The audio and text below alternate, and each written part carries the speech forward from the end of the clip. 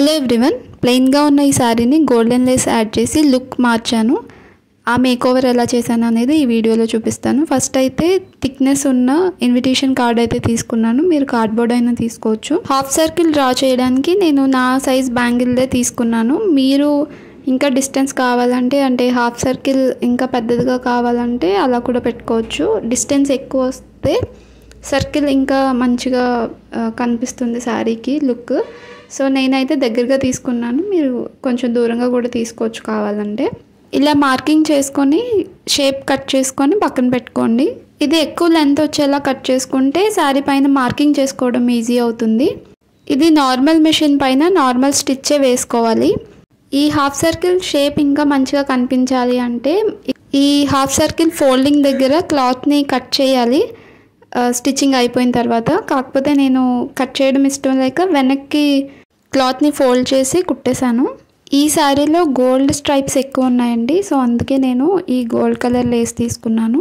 మొత్తం బండిల్ తీసుకున్నాను. మీరు శారీకి తీసుకోవాలి అనుకుంటే 12 మీటర్స్ వరకు తీసుకుంటే సరిపోతుంది శారీకి. ఈ శారీ బార్డర్ లేస్ షాప్స్లో కంటే మీషోలో ఎక్కువ ఆప్షన్స్ ఉన్నాయండి. నేను ఫస్ట్ మీషోలోనే సెర్చ్ చేశాను. కాకపోతే నా దగ్గర ఈ బండిల్ ఆల్రెడీ ఉంది. ఇదే యూజ్ చేద్దామని నేను ఇదే యూజ్ చేసుకున్నాను. అండ్ ఇంకొక శారీకి నేను వర్క్ చేసినప్పుడు చూపిస్తాను. మీషోలో లేసెస్ కూడా బాగున్నాయి.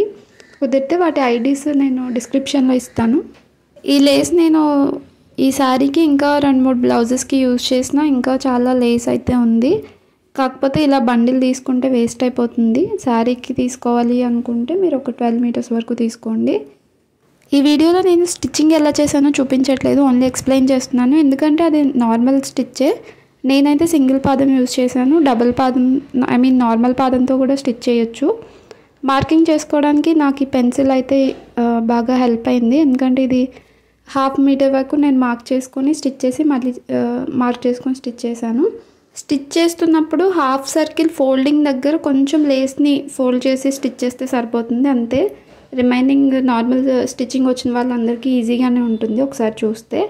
ఈ శారీకి ఉన్న బ్లౌజ్కి నేను ఆర్గెంజా శారీతో కూడా పేర్ చేసుకుంటున్నాను.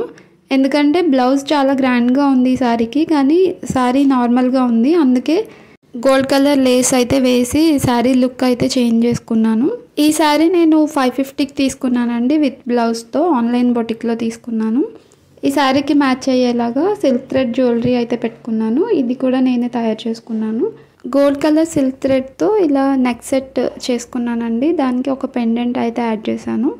అండ్ ఫైనల్గా శారీ లుక్ అయితే చూసారు కదా. Thank you for watching. Please do subscribe my channel.